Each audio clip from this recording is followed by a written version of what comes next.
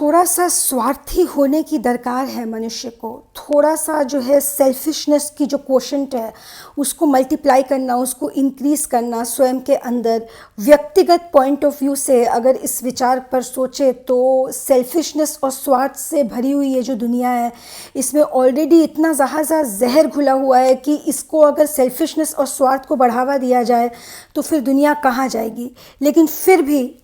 मेरी मानना ये है और ये मान्यता है कि थोड़ा सा जो सेल्फिशनेस, थोड़ा सा स्वार्थीपन है वो इंसान को दरकार है कि अपने अंदर रखे। महीनों की एग्जामिनेशन की तैयारी पर एग्ज़ाम्स का रिजल्ट उस तरीके से नहीं आया जैसे हमने सोचा था, उस यूनिवर्सिटी में एडमिशन नहीं मिला जहां हमने सोचा था। ब्रेकअप के बाद सिर्फ उस पर्सन की याद, उस इंडिविजुअल की अपने जीवन में वो महत्व कि हमें वो रुला सके और इस तरीके से उसके याद में हमें वो इन्वेस्टेड रखे कि जीवन के बहुत सारे महत्वपूर्ण क्षण हमारे जीवन से छिन जाए जो कभी वापस नहीं आने वाले हैं। इस तरीके से किसी रिश्ते का टूटना या फिर किसी बहुत प्रिय इंसान को खो देने का जो इस दुनिया से चला गया हो, जिसकी मृत्यु हो गई हो, उसका चिंतन हमें इस तरीके से इन्वेस्टेड रखता है कि पूरा जीवन जो है अब उस क्षण में आके खत्म हो गया है और अब इससे परे कुछ नहीं है। ये जो क्षण हम अपने जीवन में खोते जा रहे हैं ये क्षण वापस नहीं आएंगे। स्वार्थ दरकार है इंसान को, स्वार्थ की बहुत ज़्यादा आवश्यकता है मनुष्य को। मेरा व्यक्तिगत सोच अगर मेरी है तो आत्मा के प्रति स्वार्थी होने की बहुत ज़्यादा आवश्यकता है। अदरवाइज रिलेटिव्स, रिलेशनशिप्स, कोई इंसान, कोई प्राणी, कोई जानवर, अगर आप कोई पेट भी रखे अपने घर में किसी जानवर के रूप में, कोई भी ऐसा चीज़ जो इमोशनल इन्वेस्टमेंट आपको इस तरीके से करवा सके जहां आप आत्मा के प्रति अपना स्वार्थ खो दे, तो मेरे अनुसार ये पूर्ण रूप से आपके आध्यात्म की जो यात्रा है, आध्यात्म की जो जर्नी है, उसकी सबसे बड़ी हर्डल, उसका सबसे बड़ा जो है रुकावट, जिसे रोड ब्लॉक कहते हैं, वो रोड ब्लॉक हम खुद तैयार कर रहे हैं। और ये सिर्फ तभी होता है जब हम बिना अवेयरनेस के साथ क्रियाओं को अपने जीवन में परफॉर्म करते हैं। अवेयरनेस और फोकस, एकाग्रता और जागरूकता,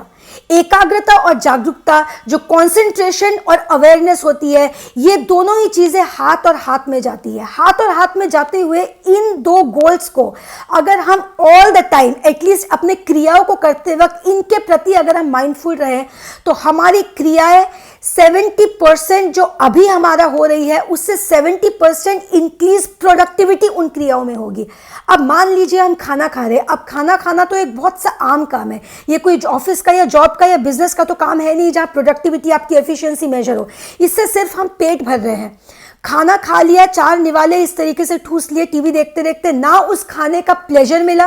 ना उस खाने के माध्यम से हमने ग्रैटिट्यूड को प्रैक्टिस किया। जो मैनिफेस्टेशन और लॉ ऑफ अट्रैक्शन में ग्रैटिट्यूड प्रैक्टिस को बहुत ज़्यादा अहमियत दी जाती है, जो हम किताब में पढ़ लेते हैं, कहीं सुन लेते हैं, बट जब बारी प्रैक्टिस की आती है तो उसमें हम मिस आउट कर जाते हैं। ना उससे वो प्लेजर मिला, खाने खाने का वो शर भी निकल गया, मोटापा भी बढ़ गया क्योंकि हमने खाने को चबाने पे ध्यान ही नहीं दिया, खाना सीधा अंदर चला गया। तो खाने से जुड़े जो बेनिफिट्स हमें मिल सकती थी उस पे 70% जो है वो टेक्निक्स हमने उसको माइनस कर दिए। जो बेनिफिट्स हमें मिल सकते थे वो बेनिफिट्स हमने माइनस कर दिए। तो जब 70% माइनस कर ही दिया है तो 30% सिर्फ भोजन का हमें लाभ हुआ है, जिसका ऑलरेडी हमें उस लाभ मिलने वाला था।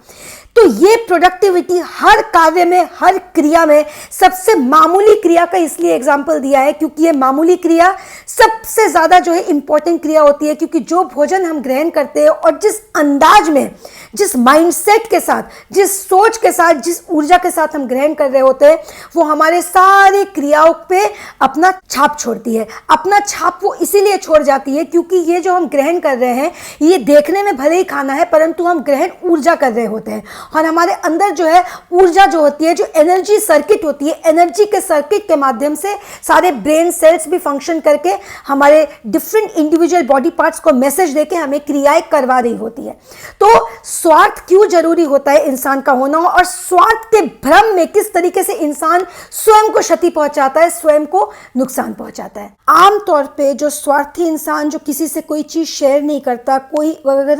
अगर पैसे उधार मांग ले तो वो भाग जाता है, कोई अगर हॉस्पिटल में किसी का रिश्तेदार हो तो वो दूर भागता है कि कहीं मुझसे पैसे ना मांग ले, और जो दान पुण्य से बहुत ज़्यादा दूर रहता है कि ऑलरेडी ऑलरेडी इतनी ज़्यादा कमी चल रही है, तो दान पुण्य में, चैरिटी में क्यों इन्वेस्ट करना, क्यों इस तरीके से कोई भी ऐसी इन्वेस्टमेंट करना जो हमें जीवन में जो है लॉस दे। और बहुत सारे शेयर मार्केट में वो लोग इन्वेस्टेड होते हैं परंतु दान पुण्य से बहुत ज़्यादा दूर रहते हैं। कोई अगर रिलेशनशिप्स की समस्या हो तो अपने पार्टनर के साथ सेल्फिश हो जाते हैं कि कैसे सामने वाले से कुछ वसूल कर सके, और उसके साथ जो रिलेशन भी है वो मेटीरियलिस्टिक लेवल पे वो ले जाते हैं। तो इतना स्वार्थ ऑलरेडी जहाँ भरा हुआ है,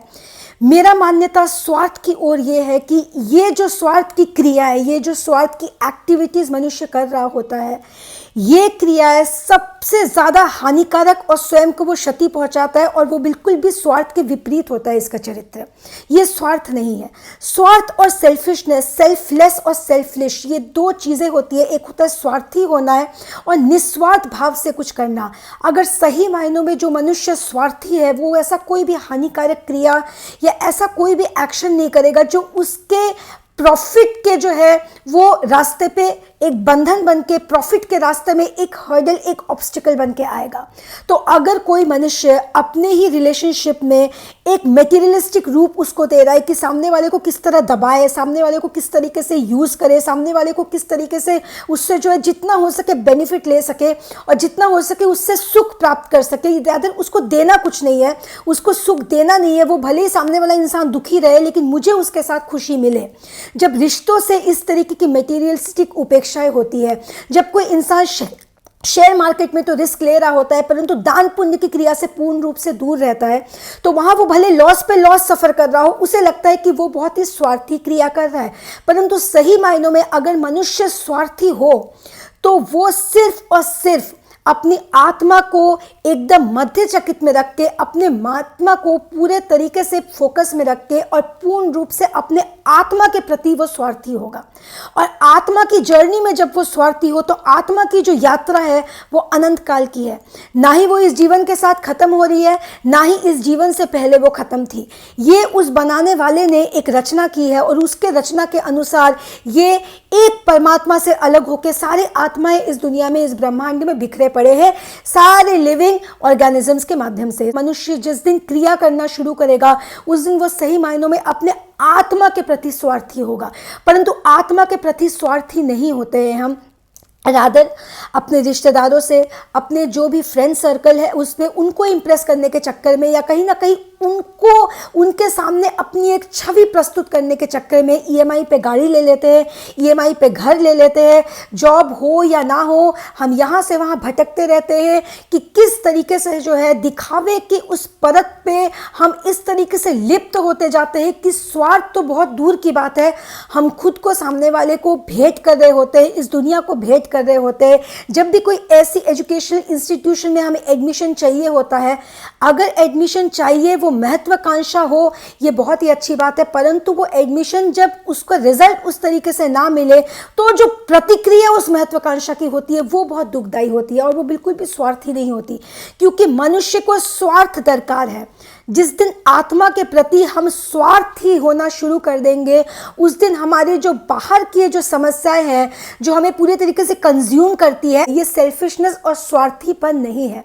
क्योंकि असली में अगर स्वार्थी होंगे तो हम आत्मा के प्रति स्वार्थी होंगे, क्योंकि ऐसा करके हम कर्म के उन बंधनों में पड़ रहे हैं। क्योंकि ये सारी क्रियाएं एग्जैक्ट फोर्स के साथ, रादर कंपाउंड इंटरेस्ट के साथ जिसे कहते हैं, हमारे जीवन में फुल फोर्स से वापस आने वाली है। क्योंकि ब्रह्मांड इन सिग्नल्स को रीड करते रहती है, क्योंकि हमारे अवचेतन के माध्यम से, चित्त के माध्यम से इन सिग्नल्स को हम आगे भेजते रहते हैं। आज जिस रिश्ते में हम मटेरियल खोजेंगे, कल 10 मटेरियलिस्टिक लोग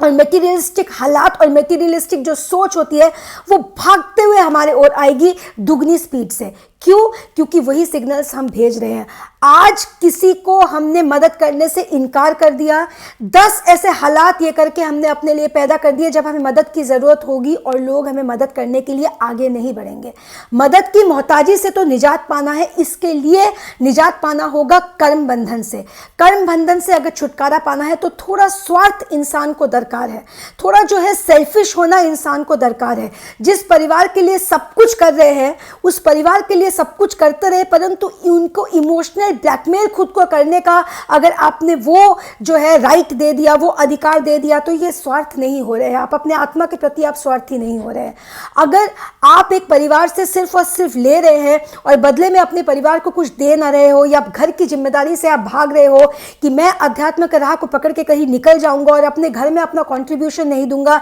या फिर अगर आपकी सैलरी आ रही है तो आप सोचेंगे कि मैं घर में अपना योगदान जितना हो सके वो कम दूं, तो इस तरीके से भी इंसान स्वार्थी नहीं हो रहा है। इंसान लाइकवाइज सिग्नल्स को जो है यूनिवर्स में भेज रहा है और लाइकवाइज सिचुएशंस जो है हमें जीवन में आगे फेस करने को मिलता है। सिर्फ एक अंतर होता है, अंतर ये होता है कि हम उसको कनेक्ट नहीं कर पाते हैं, साधक कनेक्ट नहीं कर पाके उसको सोचता है कि ये उसके साथ क्या हुआ। तो ये उसके साथ क्या हुआ, इसका अगर आंसर चाहिए तो सिर्फ अपने जीवन के हर बार, मेरा मानना है कि 5 ईयर प्लान, 5 ईयर जो प्लान होता है आगे का और 5 ईयर प्लान पीछे का, सिर्फ अगला पिछले का 5 ईयर प्लान को अगर आप एनालाइज कर ले, साफ साफ सूत्रों में सारे डॉट्स कनेक्ट होकर हमें जवाब मिल जाते हैं कि किस तरीके से कर्म बंधन में हम लिप्त हो जाते हैं और कर्म बंधन में लिप्त होकर हम परम सत्य जो मृत्यु की होती है उससे बिल्कुल भी परे हो जाते हैं। और ये सिर्फ भ्रम का खेल है, ये इल्यूजन का खेल है। मृत्यु जो है वो इनएविटेबल, वो परम सत्य है जिससे भाग कोई भी नहीं सकता है। जितनी स्पीड से हम इस मटेरियल वर्ल्ड को, इस टेम्पररी दुनिया को जिस तरीके से हम इसके पीछे भाग रहे हैं, उतनी ही स्पीड से मृत्यु भी जो है हमारे पीछे पीछे भाग रही है, क्योंकि जन्म के साथ तय मृत्यु किसी भी क्षण हमें नहीं पता कि कब हमारे लिए वो घड़ी लिखी हुई है जब हमें इस दुनिया से दूसरे दुनिया में ट्रैवल करना पड़ेगा। तो उस ट्रैवलिंग के लिए हमने अपने लिए रखा क्या है, हमने अपने के लिए क्या सामग्री रखी है, क्या इंग्रेडिएंट्स रखे, क्या हमारी तैयारी है दूसरी दुनिया के लिए। इस दुनिया में रह के जब भ्रम में इस तरीके से कैद है, इस तरीके से लिप्त है, सारे ऐसे कार्य कर रहे हैं जो हमें क्षति पहुंचा रही है, जो हमें नुकसान पहुंचा रही है, और उसके बावजूद